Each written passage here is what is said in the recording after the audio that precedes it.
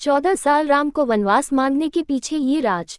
रामायण महाकाव्य सनातन धर्म का एक प्रमुख ग्रंथ है, जिसे अगर धार्मिक, पौराणिक, ऐतिहासिक और दार्शनिक ग्रंथ कहा जाए तो ये गलत नहीं होगा। रामायण के हर पन्ने पर अनेक रहस्य और रोमांच छुपा है।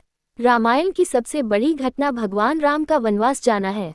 रामायण के अनुसार माता कैकेयी ने महाराज दशरथ से भगवान राम के लिए 14 वर्षों के लिए वनवास मांगा था, जिसकी वजह से रावण का अंत हो सका। लेकिन क्या आप जानते हैं कि कैकेयी ने राम के लिए पूरे जीवन के बजाय केवल 14 वर्षों का वनवास क्यों मांगा? आइए जानते हैं इस घटना के पीछे क्या कारण है। राजा दशरथ की तीसरी पत्नी कैकेयी भगवान राम से अपने बेटे भरत से भी ज्यादा प्रेम करती थी। उन्हें राम से बहुत आशाएं थीं। जब कैकेयी ने भगवान राम से 14 वर्षों का वनवास मांगा था तब सबसे ज्यादा भरत हैरान हुए थे, क्योंकि वह जानते थे कि माता राम से कितना प्रेम करती हैं। लेकिन आपको जानकर हैरानी होगी कि देवताओं ने कैकेयी से यह काम करवाया था। इसके पीछे एक रोचक कथा है। विवाह से पहले कैकेयी महर्षि दुर्वासा की सेवा किया करती थी।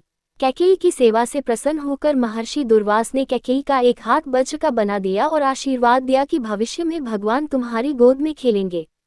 समय का पहिया चलता रहा और कैकेयी का विवाह राजा दशरथ से हो गया। एक समय स्वर्ग में देवासुर संग्राम आरंभ हो गया।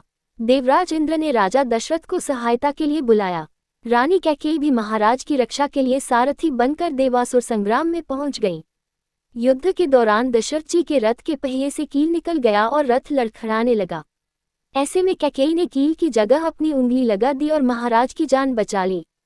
राजा दशरथ को जब पता चला कि कैकेयी ने युद्ध भूमि में किस साहस का परिचय दिया है तो वह बहुत प्रसन्न हुए और 3 वरदान मांगने के लिए कहा। कैकेयी ने उस समय प्रेमवश ये कह दिया कि इसकी जरूरत नहीं है, अगर कभी जरूरत होगी तो मांग लूंगी। कैकेयी ने राजा दशरथ को इसी वरदान के जाल में फांस लिया और राम के लिए 14 वर्ष का वनवास मांग लिया।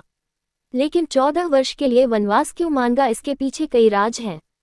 कैकेयी ने 14 वर्ष का वनवास मांगकर यह समझाया कि अगर व्यक्ति युवावस्था में 14 यानी 5 ज्ञानेंद्रियां कान, नाक, आंख, जीभ, त्वचा, 5 कर्मेंद्रियां वाक, पानी, पाक, पायु, उपस्थ तथा मन, बुद्धि, चित्त और अहंकार को वनवास एकांत आत्मा के वश में रखेगा, तभी अपने अंदर के घमंड और रावण को मार पाएगा। दूसरी बात यह था कि रावण की आयु में केवल 14 ही वर्ष शेष थे। प्रश्न उठता है कि यह बात कैकेयी कैसे जानती थी? ये घटना घट तो रही थी अयोध्या में, लेकिन योजना देवलोक की थी। कोप भवन में कोप का नाटक हुआ था। कैकेयी को राम पर भरोसा था लेकिन दशरथ को नहीं था, इसलिए उन्होंने पुत्र मोह में अपने प्राण गंवा दिए और कैकेयी हर जगह बदनाम हो गई। अजसू पिटारी तासु सिर, गई गिरा मति फेरी। सरस्वती ने मंथरा की मति में अपनी योजना डाल दी। उसने कैकेयी को वही सब सुनाया, समझाया और कहने को उकसाया जो सरस्वती को करवाना चाहती थी। इसके सूत्रधार स्वयं श्री राम थे, उन्होंने ही यह योजना तैयार की थी। माता कैकेयी यथार्थ जानती हैं। जो नारी युद्ध भूमि में दशरथ के प्राण बचाने के लिए अपना हाथ रथ के धुरे में लगा सकती है, रथ संचालन की कला में दक्ष है, वह राजनीतिक परिस्थितियों से अनजान कैसे रह सकती है? कैकेयी चाहती थी कि मेरे राम का पावन यश 14 भुवनों में फैल जाए और यह बिना तप और बिन रावण वध के संभव नहीं था।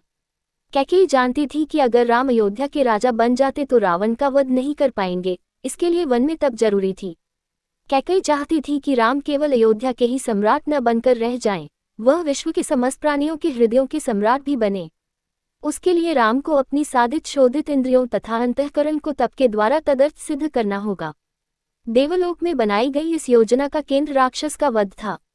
महाराजा नरण्य के उस शाप का समय पूर्ण होने में 14 ही वर्ष शेष थे, जो शाप उन्होंने रावण को दिया था कि मेरे वंश का राजकुमार तेरा वध करेगा, जिससे भगवान राम ने रावण का वध किया और देवलोक की योजना पूरी की। रामायण और महाभारत दोनों में ही 14 वर्ष वनवास की बात हुई है। रामायण में भगवान को 14 वर्ष का वनवास भोगना पड़ा था, जबकि महाभारत में पांडवों को 13 वर्ष वनवास और 1 वर्ष अज्ञातवास में गुजारना पड़ा था। दरअसल इसके पीछे ग्रह गोचर भी मानते हैं। उन दिनों मनुष्य की आयु आज के जमाने से काफी ज्यादा होती थी, इसलिए ग्रहों की दशावधि भी ज्यादा होती थी। शनि चालीसा में लिखा है, राज मिलत बन राम ही दीन्हा, कैकेयी की मति हरि लीन्हा। यानी शनि की दशा के कारण कैकेयी की मति मारी गई और भगवान राम को शनि के समयावधि में वन वन भटकना पड़ा और उसी समय रावण पर भी शनि की दशा आई और वह राम के हाथों मारा गया। यानी शनि ने अपनी दशा में एक को कीर्ति दिलाई तो दूसरे को मुक्ति। दोस्तों, आपको ये कहानी कैसी लगी कृपया कमेंट करके जरूर बताएं और ऐसी ही और भी बहुत सारी कहानियों को सुनने के लिए चैनल को सब्सक्राइब जरूर करें। धन्यवाद।